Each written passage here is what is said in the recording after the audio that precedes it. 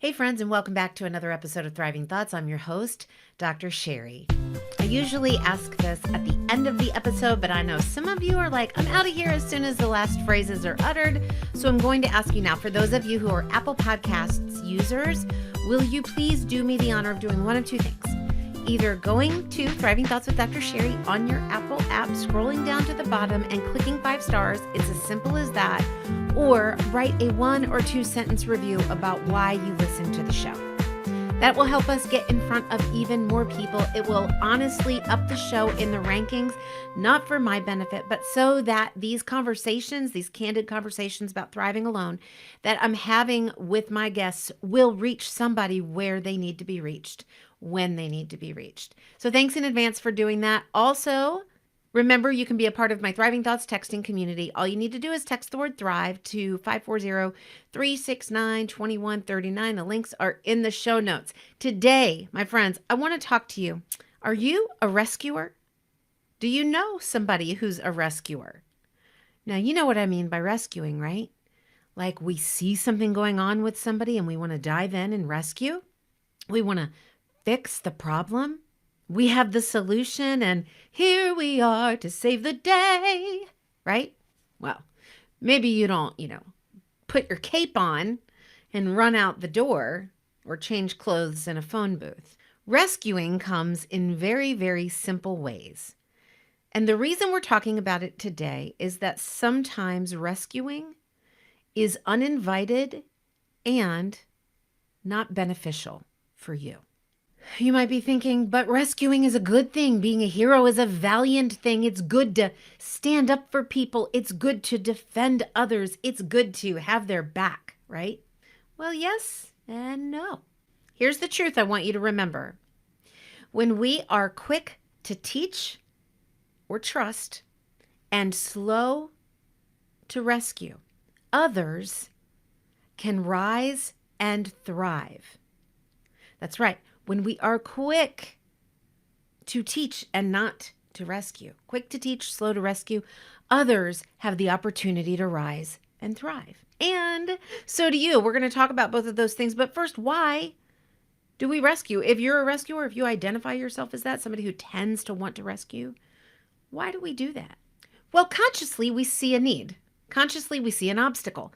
Consciously, we see something and we think, I'm a problem solver. I have a solution. Let me go offer that. Subconsciously, in our thought worlds, I don't think we think about this.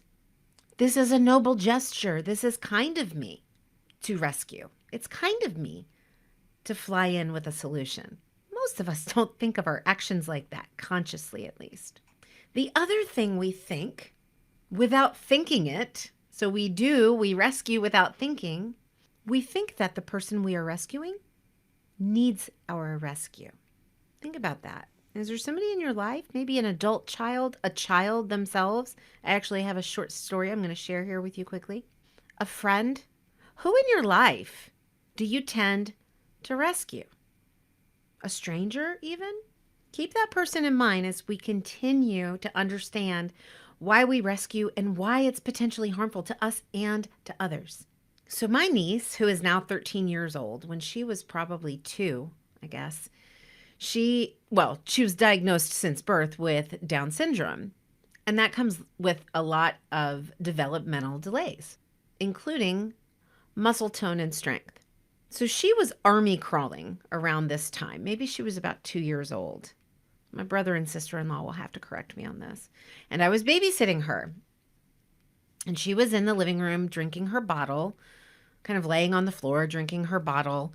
And I was in the kitchen, but I was within eyesight of her. And I looked around and she had dropped her bottle. She went to reach for it. And as she reached for it, her hand slapped the bottle further away. And so here she is, and she's kind of trying to army crawl and get closer to that bottle to be able to retrieve it, recover it. And she keeps pushing it further and further away until finally it flew under the couch.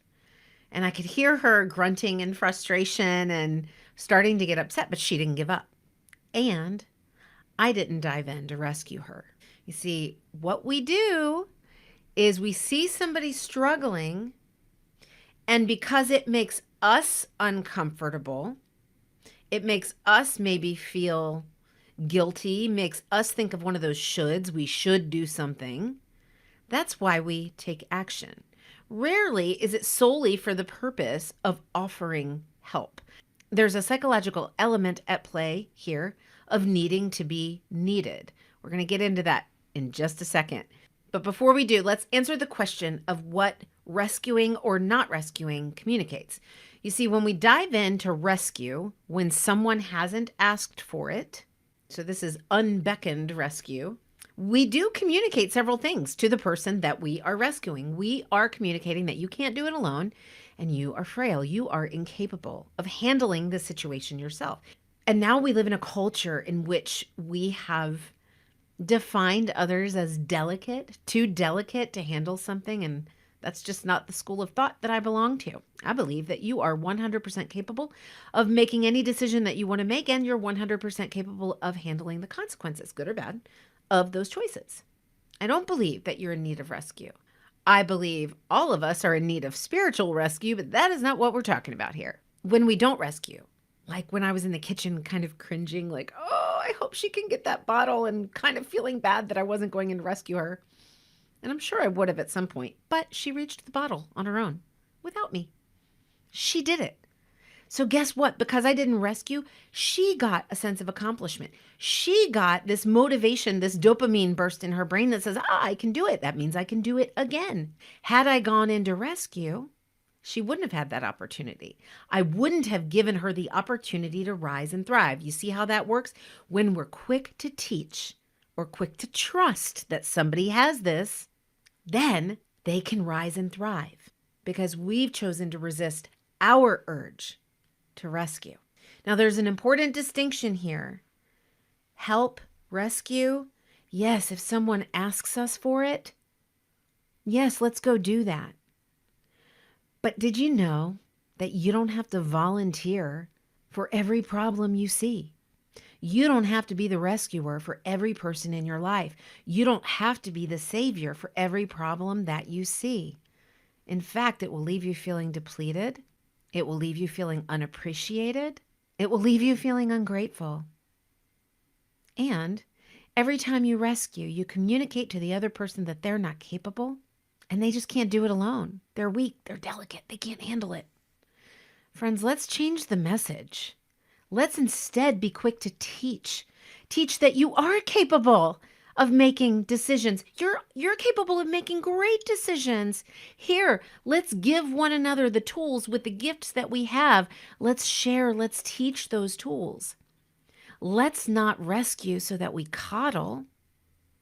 Let's teach the tools. Where in your life do you rescue? Is it with an adult child? Is it with your significant other? Is it in enabling a behavior that's really damaging or potentially harmful to somebody else or yourself? Where do you see yourself rescuing without request? That's the distinction. When somebody calls upon us for help, let us respond to that call and let us wait for that call. Issues of obvious safety, when we see another human being in danger, no, we don't need permission to dive in to help. Although these days, who knows, you might get sued if you dive in to help and you do it wrong. See, there's that little cynical piece of me that pops out from time to time. Yep, even I have that. But I learned to put it back in its place.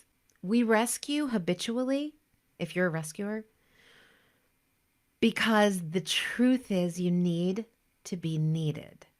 That doesn't mean you're needy. It means that you love to be needed. You need to be needed. And one of the ways in which you can evidence that feeling of being needed is to dive in and rescue. I'm here to tell you that you are needed without being needed to be needed, without being needed. It's very convoluted. You are necessary regardless if anybody needs help. You don't need to be needed. Use your gifts to serve other people, yes, but not to rescue, because when we rescue, unbidden rescue, we communicate to the other person that they don't have the ability to rise and thrive. And we deny the fact that we are needed and necessary, even if we don't jump in to save the day. So remember this thriving thought today and this week and the days ahead, my friends. Let us be quick to teach and trust, and slow to rescue. And let's watch others rise and thrive. Guess what? Monday's episode is episode number 100. You guys, episode 100 drops on Monday evening. You're not going to want to miss it. My dear friend Stephanie Pinkney, who I happened to meet on LinkedIn of all places, and we connected. She has a heart for serving women who are in the corporate world, who are dealing with a medical diagnosis or a big diagnosis of some kind that is impacting their ability to work, or conversely impacting others' perceptions of their ability to work. You are not going to want to miss that. Until Monday, friends, remember to speak truth over the lies, and you will thrive in any and every circumstance.